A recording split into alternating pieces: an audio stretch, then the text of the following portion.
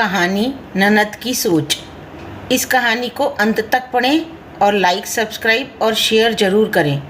शिखा परिवार की लाडली बिटिया या फिर यूं कहें कि परिवार की आन बान और जान। जब घर में होती तो ऐसा लगता मानो घर में आसमान टूट पड़ा हो। घर में इधर उधर धमा चौकड़ी करना और खूब सारी बातें करना उसके पसंदीदा कामों में से एक था।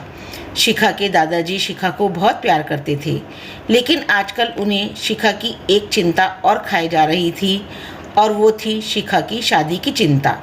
बस दादाजी अब हर परिवार में शिखा का ससुराल ढूंढते, लेकिन शिखा को शादी नाम से ही इतनी चिढ़ थी कि शिखा शादी का नाम सुनते ही गुस्सा होकर और मुंह फुलाकर दूसरे कमरे में बैठ जाती।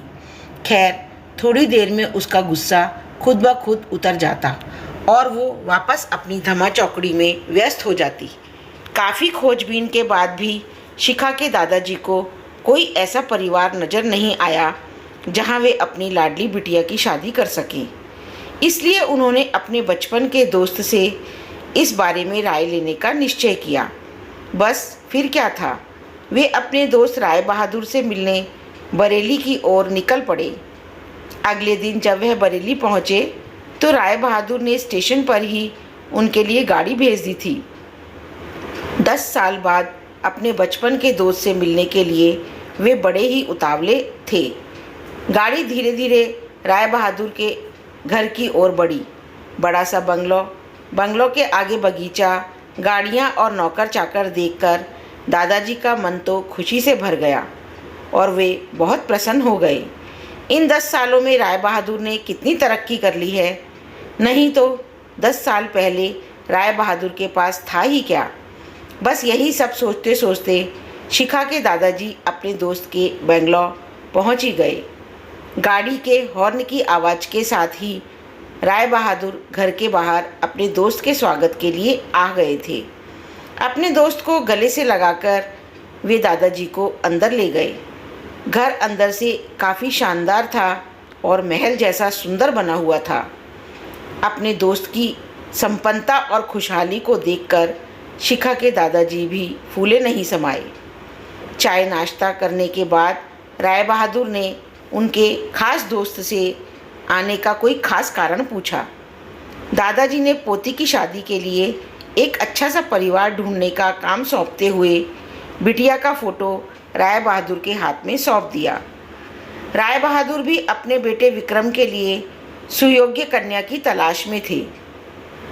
तीखे नैन नकश, चेहरे पर तेज और एक ही बार में किसी को भी पसंद आने वाली शिखा बिटिया का फ़ोटो देखकर उन्होंने शिखा को अपने घर की बहू बनाने का फैसला कर लिया।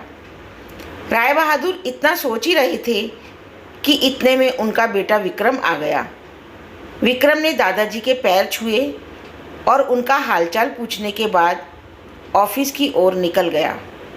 विक्रम के जाने के बाद राय बहादुर ने अपने दोस्त से विक्रम और शिखा के संबंध के लिए पेशकश की। शिखा के दादाजी को लगा कि जैसे राय बहादुर ने उनके मुंह की बात ही छीन ली हो। खैर, प्रसन्नतापूर्वक विदा लेकर अपने घर आने का कहकर दादाजी अपने घर की ओर निकल गए। विक्रम को शिखा बहुत पसंद थी, लेकिन विक्रम की माँ उन्हें शिखा बिल्कुल पसंद नहीं थी। वह विक्रम की शादी अपने से भी बड़े घर में करना चाहती थी, लेकिन विक्रम के मानने पर वह मान गई और तय समय पर विक्रम और शिखा की शादी हो गई। ससुराल में शिखा के सास-ससुर, विक्रम के बड़े भैया भाभी और शिखा की ही उम्र की एक ननद थी जिसका नाम था रागिनी। अपनी सादगी और सबका अच्छे से ख्याल रखने के कारण शिखा ने घर में सबके दिलों में जगह बना ली। लेकिन अपनी तमाम कोशिशों के बावजूद भी वह अपनी सासू माँ का प्यार पाने में असफल रही। वह शिखा के हर काम में कुछ न कुछ गलती निकाल ही देती थी। अपनी शादी की रात को ही विक्रम ने शिखा से साफ साफ शब्दों में कह दिया था कि घर के किसी भी मामले में मैं बिल्कुल नहीं बोलूँगा और ना तो मैं किसी बात पर माँ से बहस करूँगा और ना ही तुम्हारा साथ दूँगा। तुम्हें अपनी ही समझदारी से काम लेना होगा। लेकिन शिखा की लाख कोशिशों के बावजूद भी सासू माँ के व्यवहार में कोई परिवर्तन नहीं आ रहा था। शिखा की ननद जरूर उसकी माँ से अपनी शिखा भाभी के प्रति इस तरह के व्यवहार पर उलझ जाया करती थी, लेकिन इससे भी केवल बात बढ़ने के अलावा और कुछ नहीं होता था। इसी तरह करीब 1 साल निकल गया। शिखा और विक्रम को जुड़वां बेटियां पैदा हुईं। यह समय शिखा के लिए अग्नि परीक्षा का समय था। शिखा का दर्द शिखा के लिए आंसू बन गया था। उसकी मदद करने वाला कोई नहीं था। ससुराल में शिखा को संभालने वाला कोई नहीं था और विक्रम और उनके पापा ने शिखा को अपने मायके भेजने के लिए भी पहले ही मना कर दिया था। एक दिन रागिनी कॉलेज से आई तो उसने सभी को कॉलेज के सालाना कार्यक्रम में आने के लिए कहा और यह भी कहा कि कॉलेज में उसकी भी 2 प्रस्तुतियां हैं, इसलिए आप सभी को चलना बहुत ज़रूरी है। खैर, ना चाहते हुए भी शिखा अपनी दोनों जुड़वां बेटियों के साथ रागिनी के कॉलेज गई। कार्यक्रम की शुरुआत में गीत संगीत की काफ़ी सारी प्रस्तुतियां हुईं और उसके बाद मॉडलिंग राउंड शुरू हुआ। दर्शकों ने तालियों के साथ सभी का उत्साहवर्धन किया। मॉडलिंग में रागिनी ने भी हिस्सा लिया था। आखिरी राउंड में रागिनी के साथ 4 और लड़कियों को सिलेक्ट किया गया, जहां सभी से जज द्वारा एक एक सवाल पूछकर विजेता घोषित करना था। सवाल जवाब का दौर शुरू हुआ और इसी कड़ी में जज साहिबा ने रागिनी से सवाल पूछा कि अगर घर में तुम्हारी माँ और भाभी में से किसी एक का साथ देना हो तो तुम किसका साथ दोगी। पूरे सदन में खामोशी छाई थी। सभी रागिनी के जवाब की प्रतीक्षा कर रहे थे। तभी रागिनी ने थोड़ा आगे बढ़कर कहा कि अगर भाभी सही हो तो मैं अपनी भाभी का। जज साहब ने आगे पूछा, क्यों? रागिनी ने जवाब दिया, क्योंकि मुझे भी कल किसी की भाभी बनना है। जवाब सुनते ही पूरे सदन में तालियां गूंज उठीं। सभी रागिनी की सोच और उसके सटीक जवाब की प्रशंसा कर रहे थे। रागिनी को विजेता घोषित किया गया। पुरस्कार लेने से पहले रागिनी ने सभी से कुछ कहने के लिए माइक थामते हुए कहा कि हर बेटी अपनी माँ से बहुत प्यार करती है और माँ भी अपनी बेटी के दिल के सबसे करीब होती है। इसी तरह हमारे घर की बहुएं भी तो किसी की बेटियां हैं।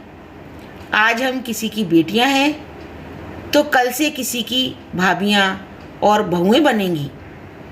अगर कल से हमें कुछ दुख हुआ तो हमारी माँ को भी बहुत दुख होगा और इसी तरह हमारे घर की बहू को भी बहुत दुख हुआ तो उनकी माँ को भी दुख पहुँचेगा।